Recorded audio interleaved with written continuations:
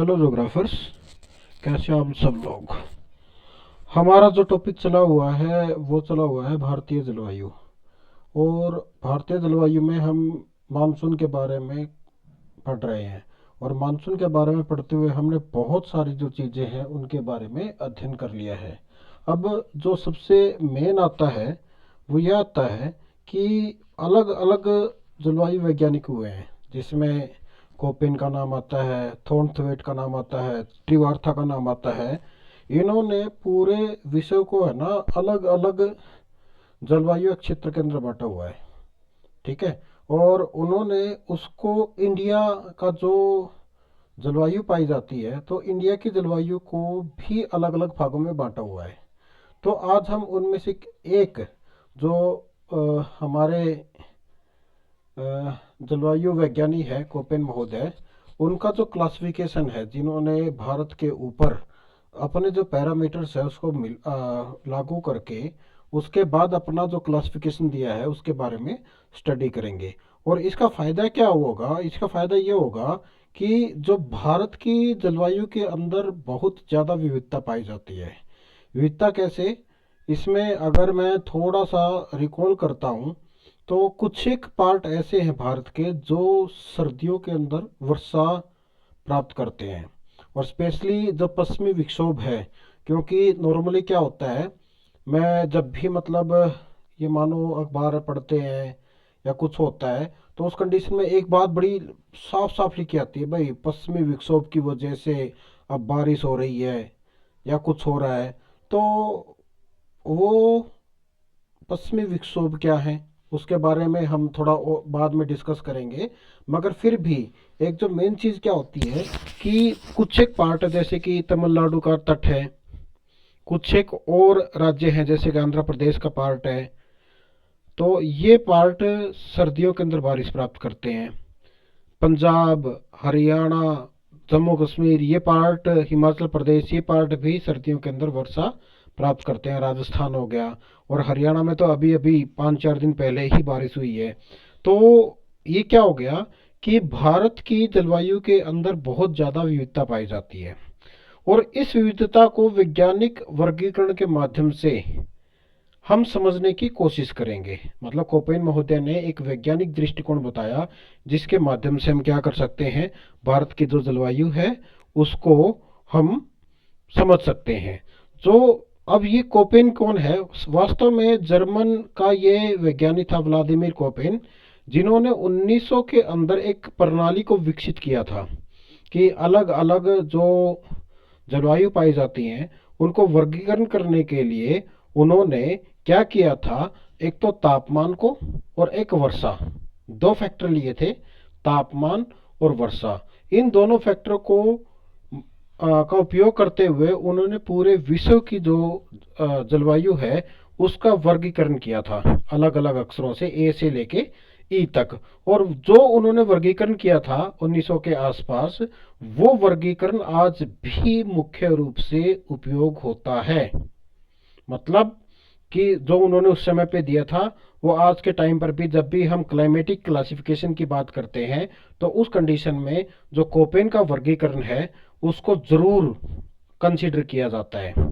ठीक है। ए से ई तक शब्दों के द्वारा 5 मुख्य जो जलवायु समूह है उनको पहचाना गया है। वो जो 5 अलग अलग प्रमुख जलवायु क्षेत्र है वो कौन से हैं? वो है आपके ट्रॉपिकल, जिसको ए शब्द से डिनोट किया गया है। और ए का मतलब क्या होता है? हॉट और ह्यूमिड। हॉट गर्म, जिसके अंदर आर्द्रता बहुत ज़्यादा होती है। परंतु जब हम इंडिया की बात कर रहे हैं तो उसमें मॉनसून का इन्फ्लुएंस होगा। ठीक है। हॉट, ह्यूमिड और मॉनसून का इन्फ्लुएंस। हम यहाँ पर केवल इंडिया की जलवायु की बात कर रहे हैं, पूरे विश्व की बात नहीं कर रहे। जब आप इन उसमें जाओगे, विश्व में जाओगे, तो उस कंडीशन में इसके पैरामीटर थोड़े से चेंज हो जाएंगे। ठीक है। उसके बाद शुष्क आता है, ड्राई बी। इसमें क्या होता है? कम वर्षा होती है, लो रेनफॉल होती है, डेजर्ट होता है या सेमी डेजर्ट रीजन होता है।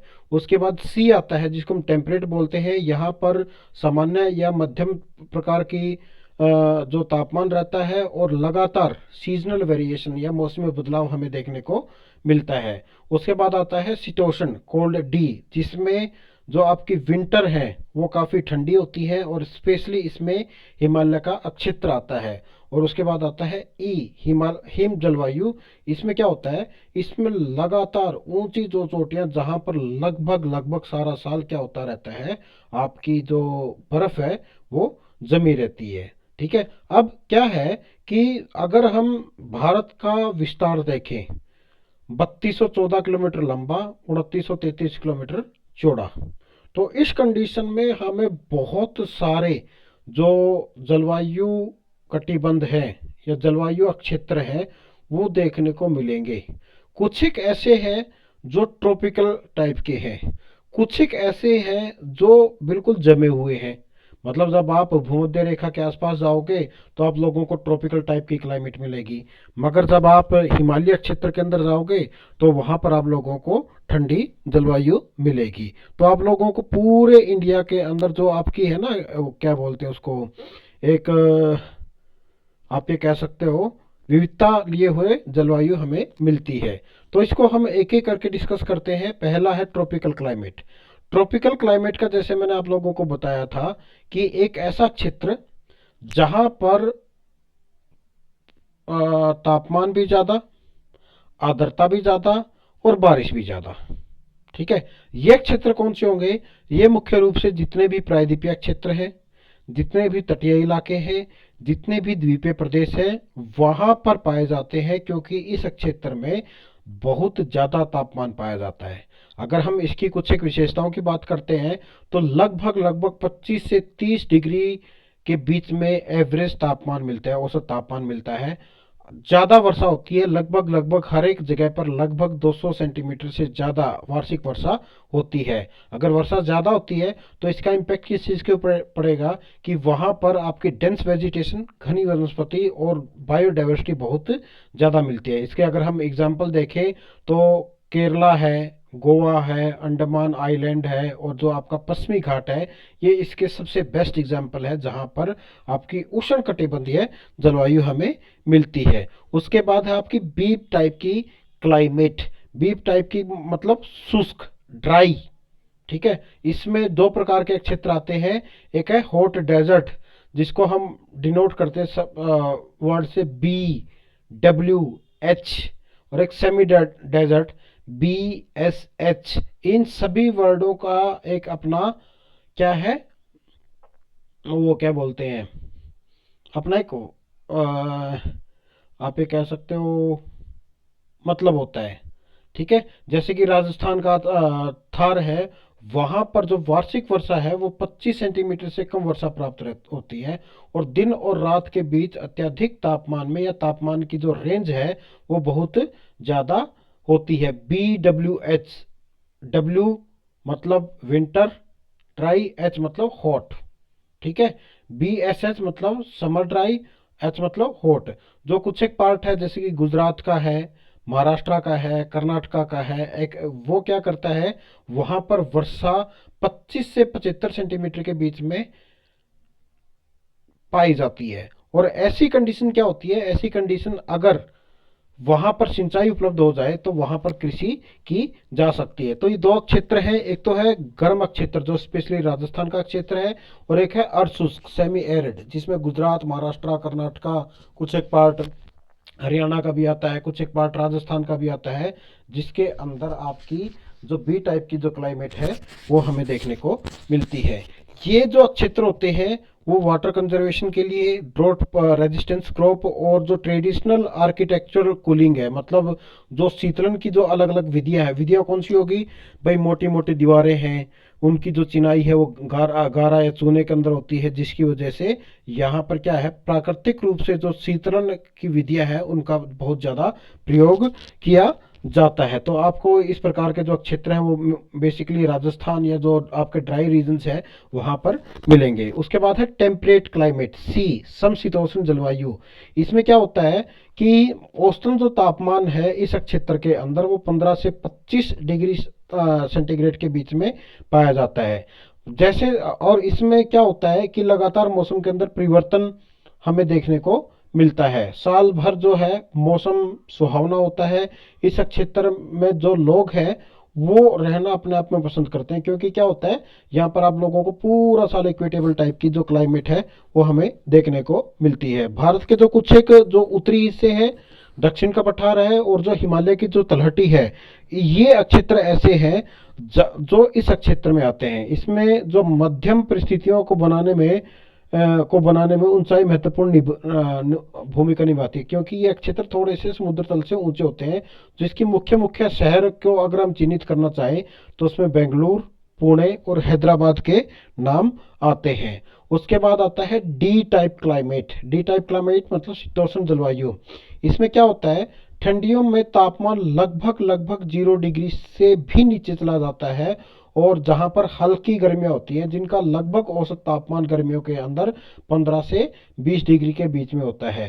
सर्दियों के महीनों में हिमपात ज़्यादा होता है। ठीक है, हिमपात ज़्यादा होने की वजह से क्या होता है कि ये क्षेत्र ठंडे होते हैं। और इसमें कौन से होंगे, जो हिमालय का क्षेत्र है, मुख्य रूप से हिमाचल प्रदेश हो गया, उत्तराखंड हो गया, जम्मू कश्मीर हो गया, सिक्किम हो गया। कुछ एक जो हिमालयी राज्य है, जो पूर्वोत्तर राज्य है, वो भी इसके अंदर आते हैं। इसकी जो मुख्य अगर हम सिटी की बात करते हैं तो उसमें शिमला है, लेह है, मनाली है, गुलमर्ग है, ये सारे के सारे डी टाइप की क्लाइमेट के अंदर आते हैं, जहां पर थोड़ी सी क्या होती है, ठंड पड़ती है। और जो आपकी ई टाइप की क्लाइमेट है, जिसको हम आइस क्लाइमेट के नाम से भी जानते हैं, ये बहुत ही ठंडी होती है। ऐसे क्षेत्र जो समुद्र तल से लगभग 4500 मीटर की ऊंचाई पर स्थित होते हैं, या हिमरेखा या उससे ऊपर होते हैं। हिमरेखा क्या होती है, जहां पर सारा साल आपकी बर्फ जमी रहती है। तो इससे जो ऊपर वाले क्षेत्र होते हैं उसको हम ई टाइप की क्लाइमेट के अंदर लेके आते हैं। इस क्षेत्र में जो बर्फ है वह चोटियों के ऊपर हमें देखने को मिलेगी।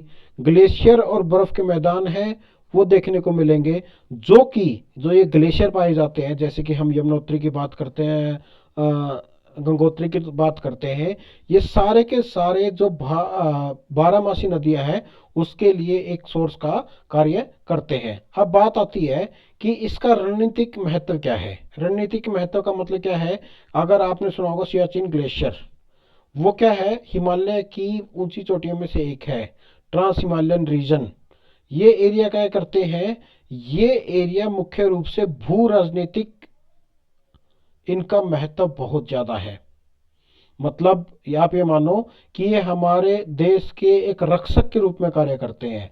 ये जो दुश्मन है वो भारत के अंदर नहीं आ पाते थे। पुराने समय पर जो भी लोग इससे आते थे, स्थल मार्ग से आते थे, तो वो इन चोटियों को देख के इंडिया के अंदर प्रवेश करने की हिम्मत नहीं करते थे। तो इसलिए इनकी जो इम्पोर्टेंस है वो बहुत ज़्यादा है। जो आपकी नेक्स्ट है वो आप लोगों को एक आदर्श मानचित्र, इंडिया क्लाइमेटिक जोन मैप, उसमें दिखाया गया है, जिसमें आपको अगर ये इस टाइप का जो कलर है, ये वाला, ये है एरिड रीजन, छोटे मोटे आपको यहाँ पर पैचेस मिलेंगे। उसके बाद ये वाला ह्यूमिड ट्रॉपिकल रीजन, ये माउंटेन मतलब जहाँ पर आपके पर्वत पाए जाते हैं। सेमी एरिड, सेमी एरिड मतलब ये वाला अर्धशुष्क क्षेत्र, ये वाला इसके साथ साथ। उसके बाद ट्रॉपिकल वेट, ये वाला क्षेत्र, मेघालय वाला क्षेत्र, और जो ये पश्चिमी घाट वाला क्षेत्र है ये आपका ट्रॉपिकल वेट के अंदर आएगा। ट्रॉपिकल वेट एंड ड्राई, ये वाला क्षेत्र जो आपका ट्रॉपिकल वेट के साथ साथ वाला क्षेत्र है। और कुछ एक पार्ट जो यहाँ पर जो मानसून पवनें ज़्यादा प्रभावी होती हैं, तो वहाँ पर आपका ट्रॉपिकल वेट और ड्राई क्षेत्र हमें देखने को मिलता है। तो ये जो मानचित्र है वो भारतीय जो जलवायु है उसके बारे में बताता है। उसके बाद जो आपका ये जो नेक्स्ट मानचित्र है, यह कोपेन की क्लासिफिकेशन को बताता है कि कोपेन ने जो भी अपने बेसिस दिए थे, तो उसके अनुसार जो मॉनसून की कौन कौन सी टाइप, क्लाइमेट की कौन कौन सी टाइप आप लोगों को देखने को मिलेगी। तो आप इस मैप को कुछ देर तक इसकी जो टेबल है उसके साथ जोड़ के देखोगे तो आप लोगों को ये पता चल जाएगा कि भारत को कोपन की जो क्लासिफिकेशन है उसके अनुसार किन किन जो जलवायु कटिबंध है उनके अंदर बांटा जाता है। ठीक है, उसके बाद हम लास्ट पे आते हैं कि जी भारत ने कोपेन की जलवायु का सारांश क्या है। इसमें जो हम देखते हैं, tropical hot climate, dry arid climate, temperate climate, cold climate और आइस क्लाइमेट, मतलब 1 2 3 4 5 प्रकार के जलवायु कटिबंध हमें देखने को मिलते हैं। जो इसमें विविधता देखी जाती है वह उसका एक सबसे बड़ा रीजन क्या है कि इसका जो विशाल भूगोल क्षेत्र है, ठीक है, 8 डिग्री उत्तरी अक्षांश से लेकर 37 डिग्री उत्तरी अक्षांश तक फैला हुआ है। दूसरी बात, अगर हम इसकी हाइट को देखेंगे तो इसकी जो उच्चतम चोटी है वह लगभग 8,000 मीटर ऊंची है, 8,000 मीटर से भी ज़्यादा ऊंची है समुद्र तल से। तो इसके अंदर विविधता हमें देखने को ज़्यादा मिलती है।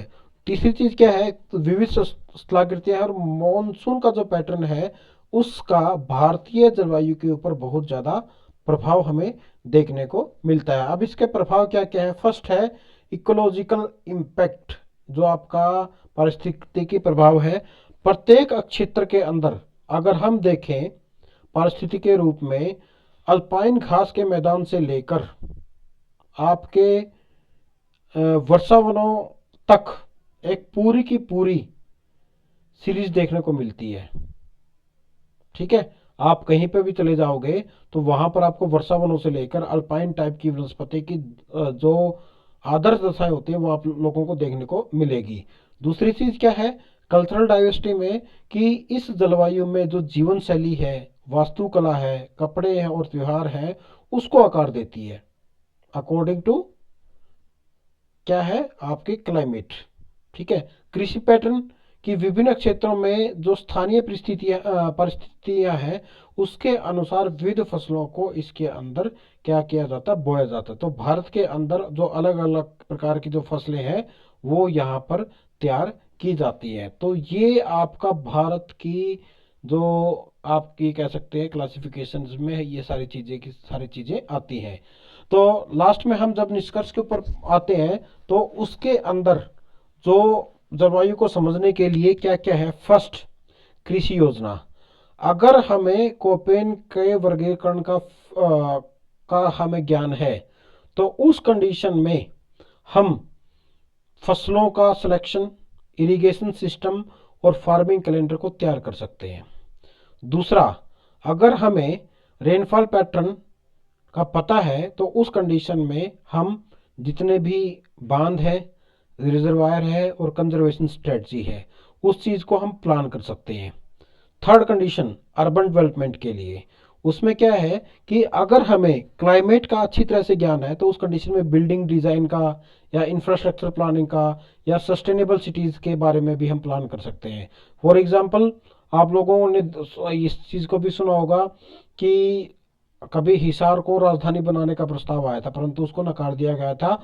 उसके पीछे जो लोगों के तर्क थे वो अलग अलग हो सकते हैं, तो वो इन सब चीज़ों के ऊपर डिस्कशन करने के बाद इसको छोड़ा गया था। उसके बाद है डिजास्टर प्रिपेयरनेस, कि जो आपका आपदा की तैयारी होती है, जो अगर क्लाइमेटिक जोन हमें पहले से ही पता होते हैं तो उस कंडीशन में हम पहले से ही प्रिडिक्ट करके फ्लड्स को, सूखे को और एक्सट्रीम जो वेदर कंडीशंस है उससे हम बचाव कर सकते हैं, ठीक है। जैसे कि बिहार के अंदर हमेशा बाढ़ आती है तो उसके आपदा के लिए हम क्या करते हैं, पहले से ही क्या करते हैं, तैयारी कर लेते हैं। तो ये हम ये कह सकते हैं कि जलवायु की विविधता को समझना जो हमारा सस्टेनेबल डेवलपमेंट है और इन्वायरमेंटल प्रोटेक्शन है उसके लिए बहुत जरूरी है, ठीक है। तो ये था आपका कोपेन का क्लासिफिकेशन इंडिया के संदर्भ में। आप लोगों को वीडियो कैसी लगी आप लोग कमेंट में बता सकते हो। वीडियो को लाइक कर दो, चैनल को सब्सक्राइब कर लो और अपने दोस्तों के साथ शेयर करो ताकि इंफॉर्मेटिव वीडियोस आप तक पहुंच सके। बहुत बहुत धन्यवाद।